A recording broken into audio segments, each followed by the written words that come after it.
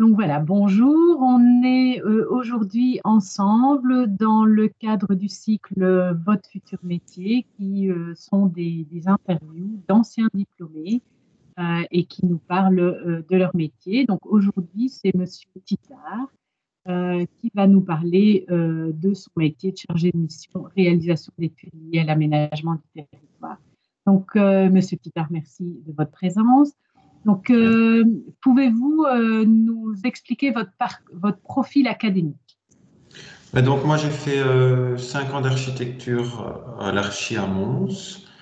Ensuite, je n'ai pas fait mes 2 années de stage qui doivent être réalisées pour pouvoir exercer le métier d'architecte et signer les plans pour tout le monde. J'ai directement fait 2 années d'études supplémentaires à Louvain-la-Neuve concernant l'aménagement du territoire. Donc c'était un genre de master complémentaire, on appelle ça comme ça, mais ça change souvent de terme, en vraiment de l'aménagement du territoire, parce que je voulais une sorte de vision dézoomée de l'architecture et pouvoir implanter une architecture dans un contexte n'importe urbain, paysager, etc. Donc l'aménagement du territoire m'a beaucoup parlé pour ça. Et dès que j'ai fini mes études, j'ai directement rentré dans un bureau d'urbanisme à Rompierre et j'ai été pris par l'aménagement du territoire et je n'ai plus fait mon stage d'archi, même si je pense qu'on peut encore le faire pendant 10-20 ans, le stage. Donc, qui sait, peut-être ici dans mon bureau actuel, on me demandera de faire mon stage d'archi pour vraiment faire de l'archi pure, proprement dite, mais voilà où j'en suis. Ok. Alors, ben, où travaillez-vous actuellement? Donc à Pontacelle, le bureau Dream, c'est un bureau vraiment polyvalent, aménagement du territoire, architecture. Beaucoup d'architecture, mais aussi l'aménagement du territoire, et tout ce qui est espace public, voirie, etc. Donc, tout ce qui touche à la construction, à l'aménagement du territoire et à l'architecture. Ok. Et donc, votre métier actuel, c'est vraiment la réalisation d'études liées à l'aménagement du territoire. Exactement. Donc, à plus grande échelle que l'échelle de l'architecture qui peut se limiter parfois à juste une maison, entre guillemets, ou plusieurs maisons quand c'est des permis groupés. Mais donc, c'est vraiment aménagement du territoire, vision un dézoom quoi, du territoire. Ok. Alors, ben, quelles sont les missions principales dans le cadre de votre métier? Ben donc, nous, on est souvent contactés en grande partie par des communes, des administrations, qui veulent faire soit leur schéma de structure communale, donc la vision à long terme de leur commune, soit des schémas d'orientation locale. Donc ça, ce sont des visions aussi à long terme, mais de petits quartiers, d'ensemble d'urbanisation de tout type dans une ville ou dans un village. Soit des permis d'urbanisation, à ne pas confondre avec le permis d'urbanisme. Donc, un permis d'urbanisation, c'est les anciens lotissements, on va dire ça comme ça, c'est 10, 15, 20, 100 maisons sur un grand terrain. Donc, comment ils implantent la voirie, comment on la met, les impétrants, tout- les abords, les connexions avec l'extérieur, l'environnement, tout prendre en compte pour créer ce permis d'urbanisation. Quoi d'autre encore? Des rénovations urbaines. Donc ça, ce sont des... En fait, je vous décris un petit peu vraiment tout ce qu'on fait ici. Oui. Rénovation urbaine, donc c'est vraiment un zoom sur, par exemple, le centre ancien d'une ville. Et là, on va déterminer, après de nombreuses analyses, euh, qu'est-ce qu'il faut rénover, quelle place il faut rénover. En fait, ce type de dossier émet des subsides de la région. C'est pour ça que là, l'administration fait appel à nous. Voilà, on aimerait une rénovation urbaine pour notre cœur de ville. Et alors, parallèlement, les PCDR, donc Programmes communaux de développement rural, là, c'est pour dans la campagne, les communes vraiment rurales, on va dire ça comme ça. Et là, c'est du même type, c'est pour déclencher des subsides, mais ce ne sera pas pour toucher à du patrimoine bâti dense, c'est plus pour toucher à des placettes au cœur de village, faire des sentiers, etc. Donc, de nouveau, ça touche à tout ce qui est environnement, aménagement du territoire, sur toute la commune. Qu'est-ce qu'on fait encore? Sol, CDN. Des études paysagères, on peut faire aussi. Donc ça, par exemple, ce sont des regroupements de communes gérés par des groupes d'action locales, des GAL, qui se mettent ensemble pour pouvoir aussi avoir des subsides pour faire des aménagements paysagers cette fois-ci. Donc, par exemple, on va déterminer qu'à tel endroit, dans une commune, il serait judicieux de placer un point de vue paysager à préserver. Et on va tout mettre en œuvre pour préserver ce point de vue paysager en interdisant, c'est toujours difficile d'interdire, mais en essayant d'aller vers le sens de ne pas construire dans telle vue pour préserver le paysage. Ça, c'est aussi plus des paysagistes et qui font ça. Voilà. J'en oublie certains. Des master plans, des études de faisabilité, par exemple, des clients, cette fois-ci privés, ont plusieurs parcelles à eux et ils aimeraient savoir quoi en faire. Donc, c'est toutes des parcelles qui sont en zone urbanisable, forcément, et ils ne savent pas en quoi en faire avant d'entrer dans un processus long comme les sols ou les permis d'urbanisation. Ils demandent une étude de faisabilité. Qu'est-ce qu'on pourrait faire là-dessus? Combien de logements? Ou pas de logements? Peut-être que c'est pas... parce qu'on n'est pas méchant, hein, on aime bien respecter aussi l'environnement en place. Et si on juge que c'est pas possible d'aller mettre là du logement, ben, on va diriger les choses pour dire que voilà, là, les contraintes sont trop fortes. Il y a notre zone Natura 2000 juste là, un site intéressant patrimonialement ou existant. Voilà, même s'ils ont une zone urbanisable plein de secteurs, vaut mieux pas urbaniser là. Et donc ils ont des compensations. Enfin. Et alors, ce qu'on fait aussi, c'est des demandes de modification de plan de secteur. Donc, des fois, parfois, il existe des zones économiques, d'activité économique, qui sont pas, par exemple, trop petites ou qui sont arrivées à saturation. Et du coup, il faut transformer des zones rouges urbanisables en zones bleues, donc des zones d'activité économique. Et tout pour ça, il faut toucher au plan de secteur. Et le plan de secteur, c'est le Graal pour nous, parce que c'est vraiment le truc qu'on ne peut surtout pas toucher. Mais dans certains cas, on peut échanger des zones entre elles avec tout un dossier très compliqué à mettre en place et qui est suivi par la région, par les directions locales de l'aménagement du territoire, etc. Donc nous, on produit des choses qui sont souvent chapeautées et relues par l'administration régionale, les pôles environnementaux et tout ça. Donc voilà, en gros. Très bien. Et décrivez un peu votre journée professionnelle type. Bah alors pour l'instant forcément c'est vraiment totalement n'a rien à voir parce que je reste chez moi en pyjama devant mon PC. Non je rigole. Non mais donc on reste vraiment chez nous pour l'instant puisque c'est à fond télétravail. On vient une journée ou deux par semaine au bureau, mais en temps normal on va dire ça comme ça. J'arrive au bureau, j'ouvre mon PC, je regarde mes 10-20 mails qui viennent des clients d'administration ou des collègues. Et puis, je m'y mets sur mon dossier. On a plusieurs dossiers en parallèle, donc on vogue d'un côté à l'autre de chaque dossier. On a des réunions en interne, des réunions en externe. Et alors, les trucs chouettes, c'est avant de commencer un dossier, on va faire des photos de terrain, quoi. Donc, on se promène, on se balade, on fait les photos. Quand il y a du soleil, souvent, on fait ça pas quand il pleut. On va aussi à des réunions avec l'administration pour faire le point sur l'état d'avancement des dossiers. Euh, Moi, je suis pas un grand fan des réunions, j'aime pas trop ça. J'aime bien avancer et foncer sur mon dossier devant mon PC. Je suis peut-être un peu un geek pour ça. Ben, j'aime bien avancer sur mon PC, donc produire vraiment de la matière, des documents.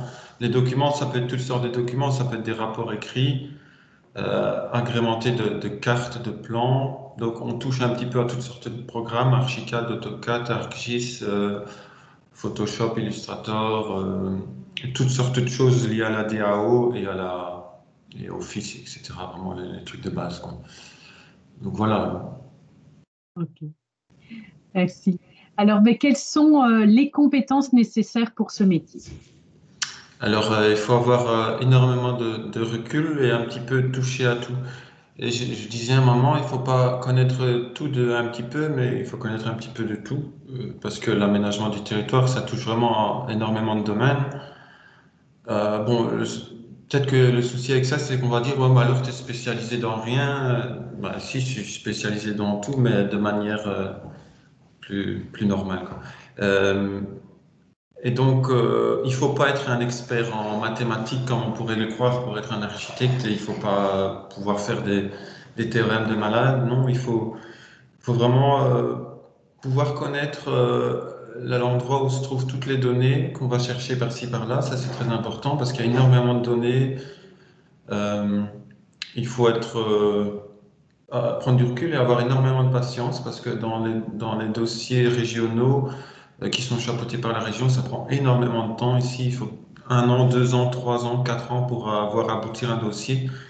Il y a des dossiers qu'on ne voit jamais aboutir parce qu'au bout du compte, la région se dit non, ça va pas se faire, ou le client abandonne tellement que ça a duré du temps. C'est malheureux, mais c'est comme ça. Il faudrait donc beaucoup de patience, et devoir refaire de nombreuses fois le projet qu'on a déjà refait, remodifier, remodifier, remodifier. Et donc, voilà, en gros. Ok. Alors, eh bien, quels sont vos conseils de type insertion professionnelle que vous aimeriez donner aux étudiants qui seront nos futurs jeunes diplômés de l'UMONS? Donc il faut faire un mix entre faire ce qu'on aime, mais en même temps essayer de trouver une branche dans laquelle actuellement il y a des débouchés, quoi. C'est très important. Des fois, je trouve que dans les études, on n'est pas assez aiguillé vers le futur. Et enfin, en même temps, je dis peut-être des bêtises, mais ici, ce sont les études qu'on a choisies, c'est ça que vous me dites, hein. Oui, oui, oui. Donc, Donc, c'est oui, des étudiants qui sont en architecture. oui, Donc, voilà, oui, ils ont j'ai rien déjà dit choisi alors. leur filière. Je dis des bêtises, excusez-moi.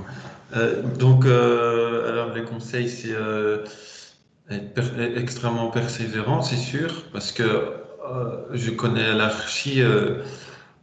Quand les projets vont devoir être déballés devant le jury, on peut être complètement cassé, même très souvent, par les gens qui arrivent nous juger. Et, euh, et donc, c'est pas pour ça qu'il faut baisser les bras, forcément. Il faut toujours prendre extrêmement de recul par rapport à ça. Et ce sont déjà des souvenirs lointains. Et par rapport au niveau de votre insertion professionnelle, donc au moment où vous avez été diplômé, pour trouver un emploi, pour trouver l'emploi qui vous convenait, est-ce que vous avez des conseils spécifiques à donner à nos étudiants? Bah, pas chercher trop loin de chez soi, ça c'est un détail, mais c'est quand même vachement important de ne pas devoir faire 1 heure de route tous les matins. Qu'est-ce que je pourrais dire? Être honnête directement avec le futur employeur et pas montrer qu'on sait faire ci, on sait faire ça, on sait faire ça, et qu'au bout des comptes, c'est pire que mieux parce que quand ils vont concrètement demander, tu sais utiliser pas de tel programme, tu as dit dans ton entretien que tu savais l'utiliser, maintenant tu as intérêt à l'utiliser et que tu sais pas le faire, c'est une catastrophe. Donc faut vraiment être super honnête tout en se vendant forcément. Ben, moi, j'ai eu assez de chance. J'ai directement trouvé du premier coup parce qu'ils avaient besoin de mon profil qui était justement un profil urbanisme et architecte. Euh, quoi d'autre comme conseil? Comme ça, je ne vois pas.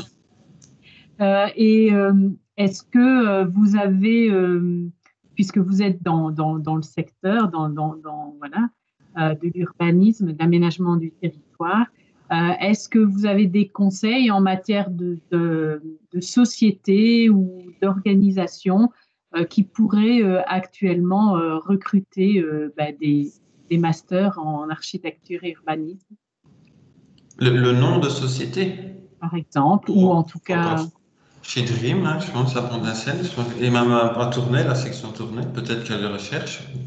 Donc, oui, on a une 35 et bon, ça va, ça vient. Et des fois, il y a de la demande d'architecte, effectivement. Euh, Sinon, comme ça, euh, il y a la région qui demande aussi quand même beaucoup d'architectes.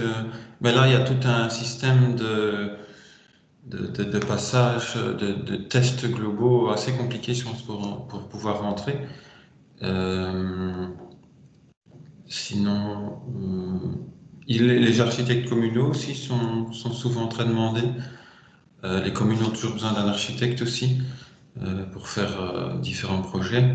Et normalement, en archi, dans les bureaux privés, il y a quand même beaucoup de demandes, du moins toujours pour faire les stages. Et après, si les stages se passent très bien et que la personne a très très bien fait son stage, souvent ça continue dans le même bureau, c'est ça qui est bien. Mais il y a quand même beaucoup de demandes, je pense. Je ne suis plus trop au courant de ce qui se passe dans les futurs, dans les bureaux actuels, mais je pense qu'il y a quand même vachement de la demande. Ok. Et alors, faut pas s'attendre dans un bureau ici en Belgique à déjà devoir travailler sur un gigantesque projet de construction d'opéra ou des machins ainsi. Malheureusement, ça se produit extrêmement rarement.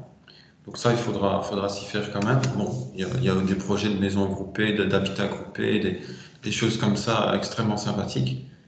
Mais voilà. Il y a les gros bureaux, les très gros bureaux, forcément, qui vont amener à faire travailler la personne là-dessus. Mais voilà. Ok. Eh bien, je vous remercie pour toutes ces réponses. Maintenant, je vais laisser la parole ben, aux étudiants et oui, aux étudiants, parce que je crois qu'il y a aussi il y a beaucoup de jeunes femmes, mais il y a quand même quelques hommes. Donc, alors, soit vous placez votre question dans le fil de conversation, soit vous levez la main et je vous donnerai la parole. Donc, n'hésitez pas évidemment à poser toutes les questions qui vous viennent à l'esprit.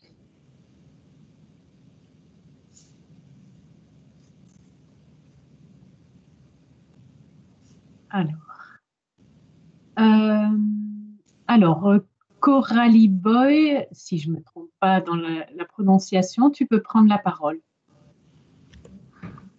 Bonjour, Bonjour. c'est Coralie Bois. Voilà, voix. Mais en fait, ça Excuse-moi. arrive tout le temps. Alors, moi, j'aurais une question par rapport aux débouchés. Vous avez parlé qu'il y a différentes débouchés. Est-ce que vous pourriez essayer de faire une liste un peu de ce qu'il y a comme débouchés à partir de notre master?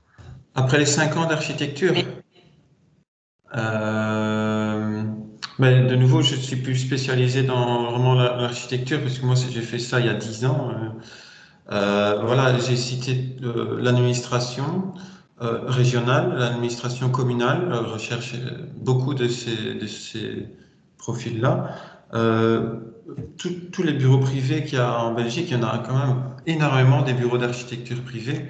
Mais du coup, faut voir si, oui, donc c'est pour faire le stage d'architecture, oui, de la pure architecture, mais le profil de base architecte, euh, comme moi, peut être intéressant pour des bureaux d'aménagement du territoire, puisque c'est tellement lié qu'un profil architecte, ça plaît souvent pour l'aménagement du territoire. Quoi d'autre en architecture? Bon, il y a tout ce qui part plus vers la créativité et le graphisme, donc les bureaux de graphisme, puisque en architecture, on a été quand même vachement formé là-dedans. Il doit en avoir, mais comme ça, pour moi, en tête, c'est vraiment un bureau d'architecture classique, quoi, comme on a fait nos 5 ans d'architecture. Ok, ça va, merci. J'avais une autre question qui m'était venue à l'esprit, mais comme ça, elle me vient plus. Donc, je vais laisser la parole à quelqu'un d'autre pour Ok, le moment. et après tu pourras Ouais, relever la main sans ça va. problème, d'accord? Merci. Alors, je vais donc passer la parole à Laura Leonetti. Oui, bonjour. Bonjour. Merci du coup pour Ah, votre intervention. oui, tu peux mettre ta vidéo, c'est un peu Ah, agréable, je pense. oui, pardon. Bonjour. Du coup, vous venez de parler qu'on pouvait s'orienter plus vers du graphisme et je me demandais si il fallait enfin, faire des formations, des masters spécialisés, complémentaires, ou si on pouvait directement s'orienter vers du graphisme sans pour autant refaire des études, admettons. Je ne sais pas. À mon avis, les 5 ans que tu as eu, c'est déjà vachement balèze et je pense que si un but, c'est une bonne question, mais je ne pense pas. Il y a déjà quand même une bonne formation. Tu as à l'Archimonde de Mons ici. Oui, oui. Oui, c'est vrai qu'avec Madame Sunen, on avait pas mal de Photoshop, Illustrator, etc. Donc, Oui. je sais pas si ça suffisait, on va dire, pour s'orienter plus vers quelque chose de graphique que d'architectural. Moi, je pense qu'il n'y aura pas besoin, parce que si tu dois encore faire un an ou deux juste de graphisme, c'est beaucoup. Mais je ne préfère pas répondre formellement, je Ok. ne sais pas trop.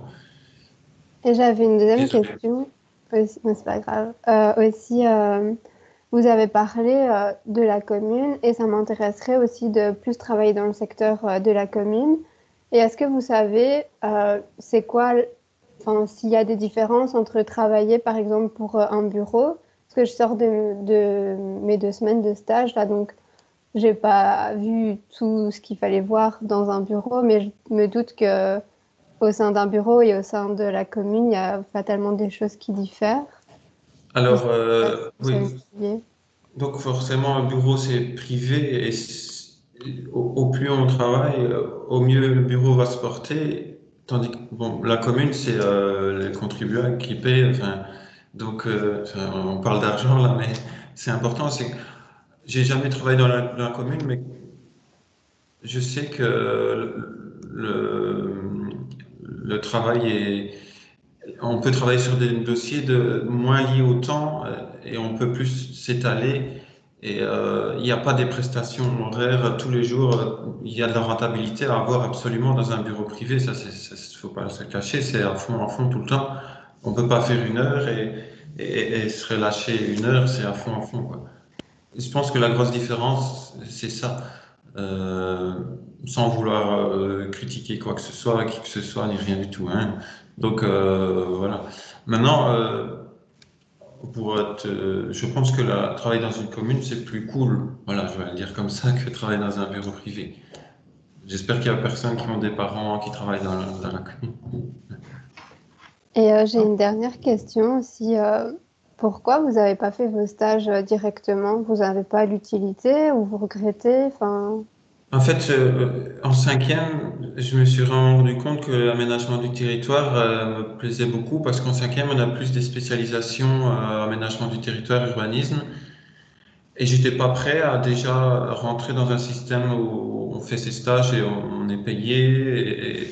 Et j'avais pas toujours des bons échos, mais bon, ça, c'est pas toujours comme ça. Donc voilà, j'ai voulu continuer mes études. Deux, trois personnes l'ont fait avec moi, mais ça se fait pas souvent quand même.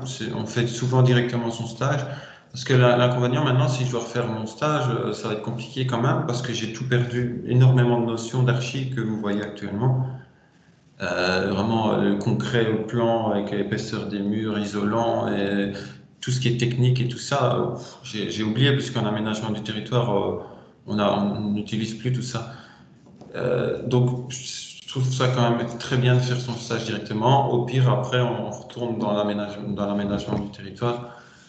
Mais bon, moi je l'ai fait comme ça parce que c'est un ami qui pensait comme moi et on s'est mutuellement soutenu là-dedans et on a directement était à Louvain-la-Neuve et on entendait qu'il y avait beaucoup de clins à Louvain-la-Neuve, c'est pour ça en fait. Non, je rigole. Voilà. ok, merci beaucoup. Merci à De toi. rien, avec plaisir. Alors, il y a une question ici je crois que c'est Monsieur Amatou. Donc, un stagiaire, est-il censé déjà maîtriser tous les outils de conception, donc programme, ou bien un bureau pourrait recruter un stagiaire avec des capacités moyennes, donc de base? Bien sûr, il ne faut pas être extrêmement doué dans tous les programmes et les maîtriser parfaitement. C'est justement ça le but du stage. Il y aura un interview forcément au début et là tu devras lui dire clairement ce que tu connais, mais non, faut pas connaître par cœur et maîtriser les doigts dans le nez le programme, pas du tout. Non, c'est justement le but du stage. Tu vas être pas très productif entre guillemets dès le début, donc voilà, ça fait partie du stage. Donc pas de stress avec ça. Alors, une autre question de Madame Pigné. Elle demande si la formation d'architecte vous sert au quotidien dans l'aménagement du territoire. Oui, j'ai toujours cette petite fibre architecture parce que des fois, on doit euh, exposer ou mettre des gabarits maximum dans un futur projet, des gabarits maximum des toitures plates. C'est quand même nous, dans certains dossiers, on doit dire là, ce serait mieux des toitures plates, là, ce serait mieux des toitures en pente. Il faut aller voir, bien sûr, dans les guides régionaux, mais souvent, un collègue qui est bio-ingénieur, donc pas du tout architecte, revient vers moi. Et toi, qu'est-ce que tu en penses avec ta fibre architecte? Voilà, je me souviens plus des détails techniques, ça, on a des experts au bureau, mais grosso modo, il faut savoir à quoi correspond R plus 1, R plus 2, R plus 7, R plus T, et toutes des choses comme ça, des reculs, des profondeurs de bâtiments, des largeurs classiques. Pour pas tracer n'importe quoi sur nos plans et faire un bâtiment qui fait 80 mètres de profondeur. Enfin, il faut, voilà, c'est un plus. C'est pas totalement obligatoire, mais c'est quand même un plus. C'est pour ça qu'on met toujours dans les dossiers vraiment liés à l'architecture et à l'urbanisme, et on va pas mettre un dossier environnement. Je m'y connais forcément moins en environnement, je suis pas bio-ingénieur. Voilà. Ok, merci. Alors, bien, pour l'instant, j'ai plus de questions écrites. Est-ce que est-ce qu'un autre participant souhaite poser une question? N'hésitez pas. Alors, ben, Coralie Bois, voilà, tu peux prendre la parole. Donc, J'ai retrouvé sa question. ouais. Ouais. C'était par rapport au master. Donc, vous avez fait un master complémentaire en environnement, si j'ai bien compris. Aménagement du territoire. Du territoire. Donc, est-ce que vous savez un peu ce qu'il y a comme autre master complémentaire qui puisse aussi bien aller avec votre filière ou même en architecture même?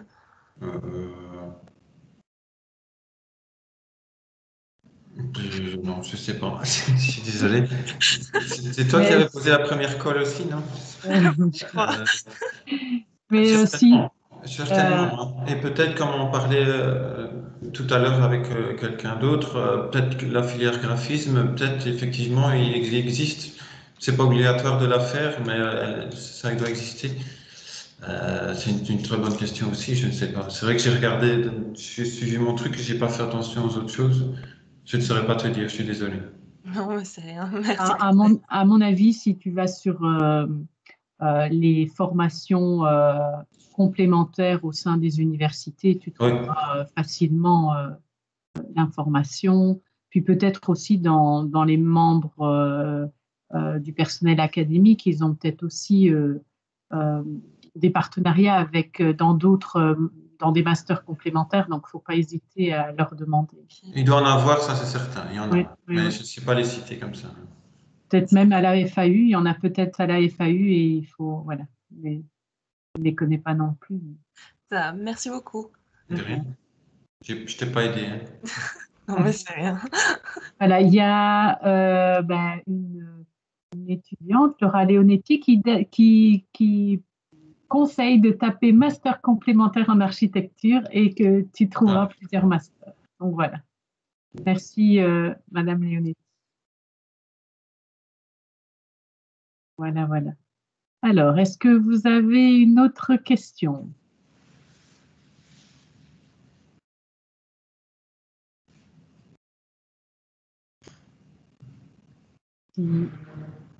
En attendant, peut-être si. Est-ce que vous avez quelque chose à rajouter par rapport à tout ce que vous avez déjà dit au niveau de votre interview, par rapport à votre métier, par rapport au monde du travail dans le domaine de l'urbanisme?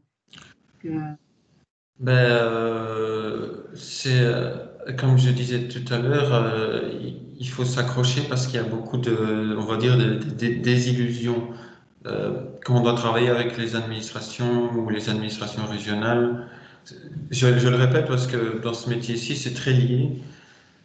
Et voilà, faut vraiment s'accrocher parce qu'on peut avancer très fortement dans un dossier et au bout du compte, qui se réalisera pas. Donc, je pense que contrairement à l'architecture, vraiment, où les collègues ils font vraiment de l'archi avec un plan, des coupes des façades, le client privé va acquiescer et voilà, ça va se faire. Point. Mais nous, nos types de dossiers doivent souvent passer par d'autres institutions qui font que ça ralentit très fortement. Ça, c'est un gros point négatif quand même de ce secteur. On est toujours freiné par là au-dessus, quoi. Ok, merci. C'est négatif, mais voilà, Oui, mais je crois que c'est important de le savoir et à partir du moment où on sait plus facilement se positionner par rapport à ce qu'on fait et on peut très bien aimer son boulot même s'il ne va pas jusqu'au bout mais voilà d'avoir fait tout ce qu'on pouvait et le mieux qu'on pouvait dans le dossier, c'est déjà important aussi en matière d'insertion professionnelle et d'épanouissement professionnel. Voilà. c'est ça, tout à fait. Alors, ben, si plus aucun étudiant n'a de questions, je vérifie le fil de la conversation. Non, je vois qu'il n'y en a plus. Alors, ben, je propose de clôturer ici cette interview, votre futur métier, de vous remercier encore, Monsieur De Titard, rien. pour toutes les réponses. Je vois qu'il y a quelqu'un qui a mis quelque chose. Et je voulais leur demander comment ça se passe. Ça m'intéresse de savoir avec ce confinement ici à l'Archi. Il n'y a plus cours en présentiel? Je ne sais pas si quelqu'un va me répondre. Oui, Je demande ça comme ça. C'est pas grave. allez, Hein? voilà. Madame Bois va répondre. Ben, ici, on vient de reprendre les cours de projet de temps en temps en atelier, mais sinon, tout le quadrimestrin, on n'avait plus du tout cours en présentiel. On avait essayé en tout début d'année, mais ça a été très chaotique parce que ben, du coup, on se retrouvait avec des cours en présentiel, des cours en distance, etc. Et du coup, ils se sont rendus compte que ça ne fonctionnait pas. Et ici, du coup, ils nous ont remis des cours d'atelier de temps en temps pour dire de reprendre aussi la main sur les maquettes, etc. Oui. Ah, les maquettes. Ouf. Ça n'a passé des nuits, hein, je vous le dis, à faire des maquettes. Vous connaissez ça, hein. Des nuits et des nuits, quoi. Et le dos, il en prend aussi. Voilà. Oui. Être derrière son ordi, c'est pas forcément mieux, hein. Ah non, non, non, c'est vrai. Ben, bon courage alors, hein. Merci. Oui. Donc voilà, ben je remercie tous les étudiants de votre présence, Monsieur Titard, et donc ben, je vais clôturer ici l'interview. Avec Merci. plaisir. Au revoir.